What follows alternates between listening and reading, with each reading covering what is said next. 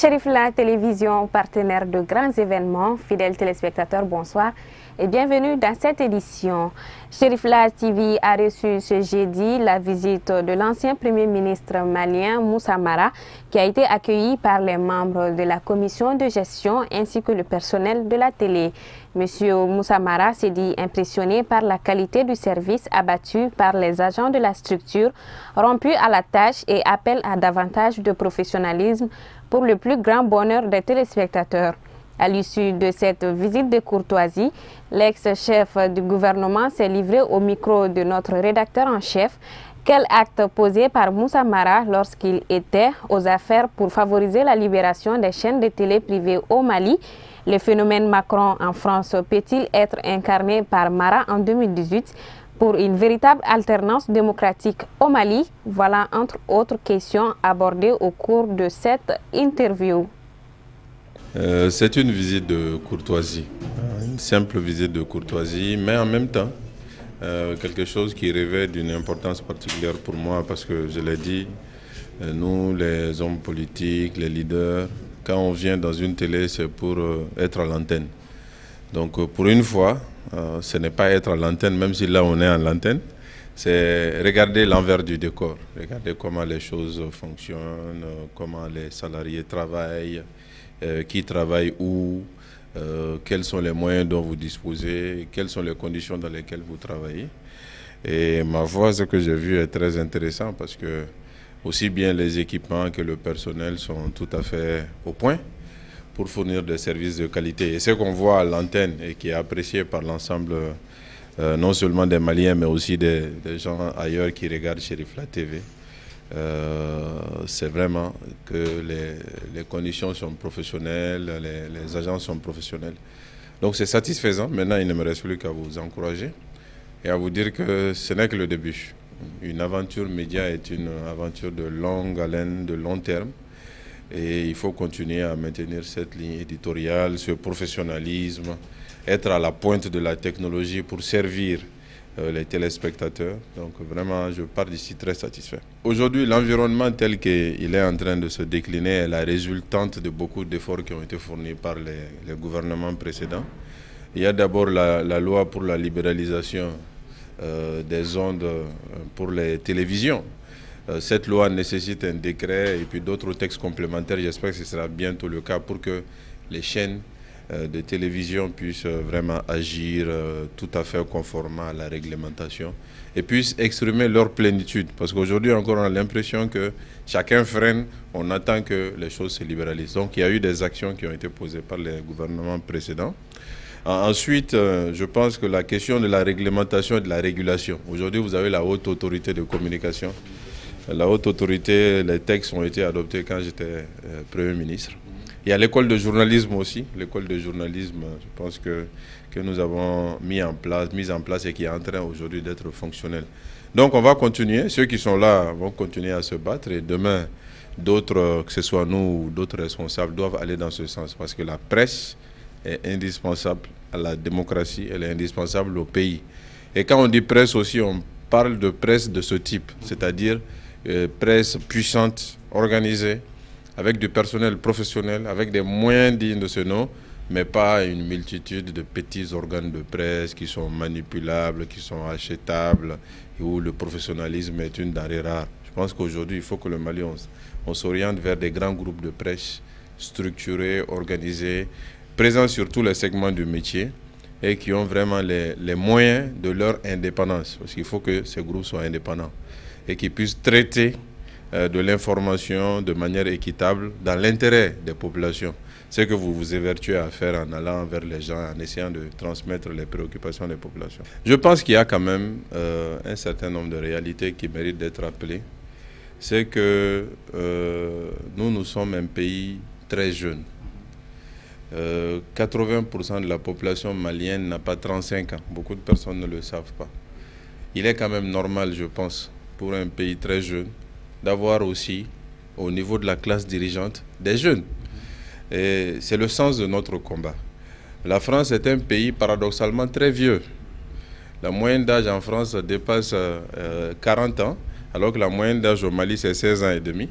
Qu'un pays très vieux, accepte de porter à sa tête un très jeune, c'est une belle leçon. Et je pense que cette leçon doit être méditée par tous les pays africains, et notamment par le Mali, et surtout par la jeunesse. Parce que si nous sommes un pays très jeune, ça veut dire que l'essentiel des électeurs sont les jeunes. Donc il faut que les électeurs sachent que les jeunes peuvent porter le pays. Moi, j'ai été Premier ministre à 39 ans, comme Macron à 39 ans aujourd'hui, président. Donc, les jeunes peuvent être des responsables. Ce sont les jeunes d'abord qui doivent faire confiance aux jeunes et porter leur suffrage sur les jeunes. Je pense que si les jeunes prennent cette conscience, rien n'est impossible. On peut avoir le changement générationnel que nous souhaitons dès 2018 pour que le pays puisse engager je pense, un chantier de développement, un chantier de stabilisation avec la participation de l'ensemble de la population, dont les jeunes. Commémoration du 61e anniversaire de la disparition de Mamadou Konaté, organisée par l'AMK. L'objectif est de saluer le mémoire de l'illustre disparu. L'événement était placé sous le haut patronage du ministre de la Solidarité et de l'Action humanitaire, Khadija Kité, Ibrahim Koulibaly. 11 mai 1956, 11 mai 2017, il y a de cela 61 ans que s'éteignait Mamadou Konaté, l'un des pères de l'indépendance du Mali. Comme de tradition, l'association Mamadou Konaté a organisé une cérémonie pour célébrer la mémoire de l'homme dont fleurit au gré du chant des pionniers.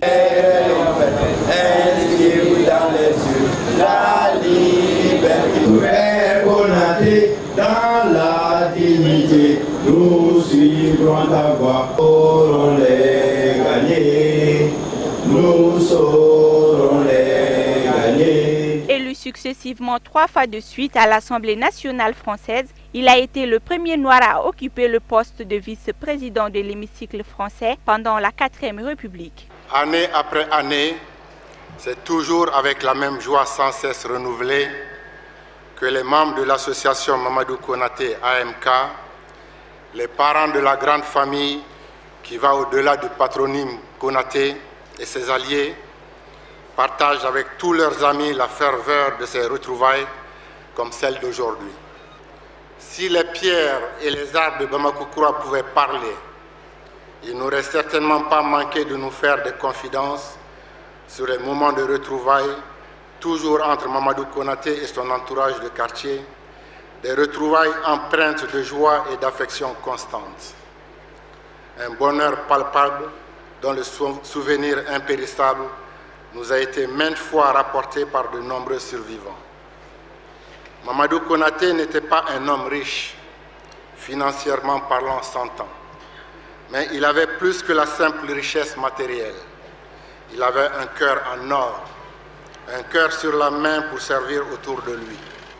Nous inspirant de ces élans de solidarité unanimement reconnus par ses contemporains, les membres de notre association se sont donnés comme défi d'être aux côtés de nos concitoyens déshérités.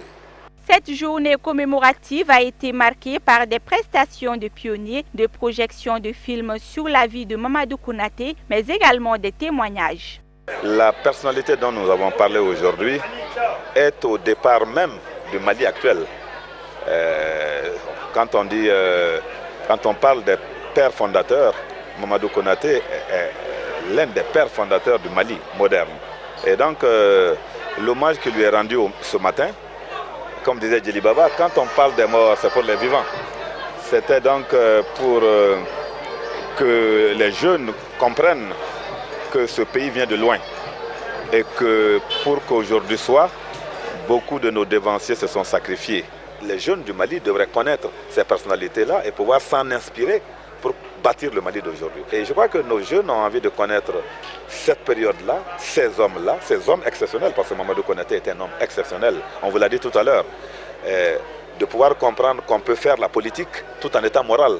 Ça c'est important. Aujourd'hui, on a le sentiment que politique signifie que tous les coups sont permis. Eh bien non. Mamadou Konaté a montré, par exemple avec Félix Dabo Sissoko, qu'on pouvait être opposé en politique et se respecter d'abord mutuellement, qu'on pouvait être opposé en politique et avoir des amitiés. Et ça, c'est des valeurs, je crois, qu'il faut que nous retrouvions. L'un des temps forts de cette cérémonie a été l'inauguration du bâtiment devant abriter le siège de l'association Mamadou Konaté. Bâti sur une superficie de 300 mètres carrés, ce nouveau siège de l'AMK est situé à Bamako-Koura, non loin de la maison familiale où Mamadou Konaté a vécu avec sa famille.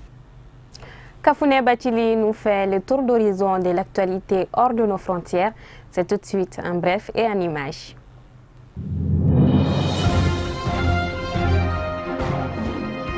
Les ambitieux projets d'investissement prévus par Abidjan devront attendre. Dans un nouveau projet de loi présenté en Conseil des ministres mercredi, l'exécutif acte une coupe dans les investissements et une hausse des dépenses ordinaires pour répondre aux grèves des fonctionnaires et sans doute solder les mutineries au sein de l'armée. Ce ne fut donc pas une surprise. Mercredi, quand le gouvernement, à l'issue du Conseil des ministres, a proposé un projet de loi rectificatif du budget 2017 qui prévoit une baisse de 9%.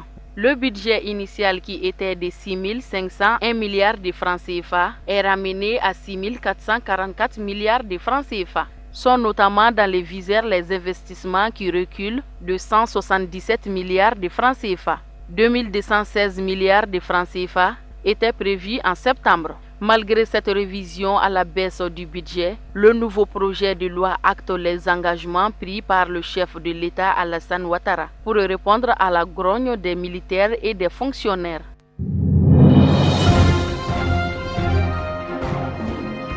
En Centrafrique, le casque bleu marocain porté disparu depuis lundi 8 mai serait mort, indique le comité chargé des discussions avec les ravisseurs. Ce casque bleu avait été enlevé avec 3 autres soldats de la paix cambodgiens lors d'une attaque près de Bankassou dans le sud du pays. Des notables de Bankassou chargés de négocier avec les ravisseurs confirment que le casque bleu marocain disparu avec 3 autres soldats de la paix lundi 8 mai est mort. Il a été enterré par le groupe anti-Balaka qui a kidnappé les 4 hommes. Mercredi matin, les négociateurs se sont rendus sur place. Après discussion avec les miliciens, ils ont commencé à exhumer le corps avant d'en être empêchés au dernier moment par un chef anti-Balaka. Les négociateurs se sont donc repartis sans la dépouille mortelle.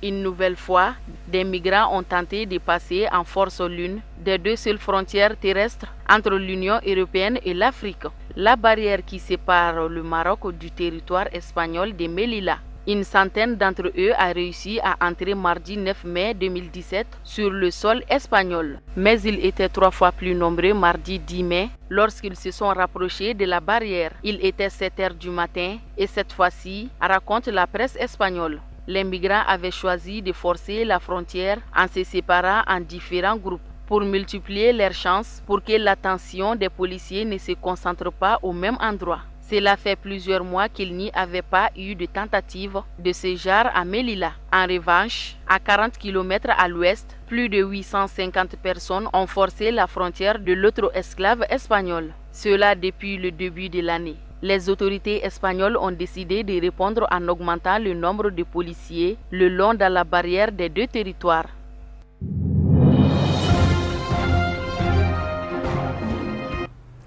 Pour fêter le 72e anniversaire du guide spirituel des Ansar, Seyd Chérif Ousmane Madane Aïdara, les pratiquants des arts martiaux du district de Bamako ont fait une démonstration de leur savoir-faire.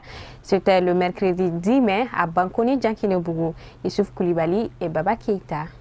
Si les arts martiaux sont des styles ou des écoles dont l'enseignement porte principalement sur des techniques de combat à main nue ou avec armes, ils sont également l'expression d'un sentiment ou d'une joie. Justement, c'est dans ce cadre que cette cérémonie a été organisée. Venus des différents dojos de Bamako, élèves, maîtres, grands maîtres et sympathisants des arts martiaux japonais, chinois, vietnamiens ou coréens s'étaient donné rendez-vous afin de célébrer le 72e anniversaire du guide spirituel des Ansar, Seyd Chérif Ousmane Madane Aïdara. Au cours de cette cérémonie, plusieurs techniques ont été utilisées pour émerveiller l'assistance, à savoir les techniques du combat imaginaire, de l'attaque-défense, de maniement d'armes ou encore des techniques de mouvement d'ensemble. Le tout sous le regard des responsables d'Ansardine International. Mes impressions sont les impressions de joie et de satisfaction. Toujours c'est la suite logique des activités programmées dans le cadre du 62e anniversaire de notre guide spirituel Seydi Cherif Ousmane Madane Aidara. Comme vous avez eu à suivre avec nous depuis le 3 de ce mois, les activités ont commencé avec le jonglage, la lutte traditionnelle, les bras de fer. Aujourd'hui, c'est le tour des arts martiaux. Hier également, on a assisté à un match amical, en tout cas très plaisant. Donc aujourd'hui, c'est le tour des arts martiaux. En réalité, les pratiquants d'arts martiaux nous ont vraiment émerveillés. Ça, c'est leur contribution également, n'est-ce pas, dans le cadre du 62e anniversaire du guide spirituel Seydi Cherif Ousmane Madane Aidara. Donc vraiment, nous sommes très contents. Nous adressons en tout cas nos vifs, chaleureux remerciements à tous les pratiquants d'arts martiaux sans exception, à tous les supporters ici présents et à toutes les grandes personnalités qui sont venus en tout cas rehausser l'éclat de cette cérémonie. Nous souhaitons joyeux anniversaire à notre guide spirituel Seydi Cherif Ousmane Madane Aidara. Nous prions le bon Dieu pour qu'il puisse vraiment le garder auprès de nous le plus longtemps possible, pour qu'il puisse continuer en tout cas à nous orienter, à nous conseiller et puis en tout cas à nous faire des bénédictions pour que nos vœux soient exaucés. Ces pratiquants ne comptent pas s'arrêter en si bon chemin. Leur motivation et leur amour à l'endroit du guide s'intensifient de jour en jour et le nombre de styles ne fait que s'accroître. Voilà, nous souhaitons toujours joyeux anniversaire à notre guide des Ansar. C'est donc tout pour cette édition. Merci de l'avoir suivi. Le programme continue sur Cherif La Télévision.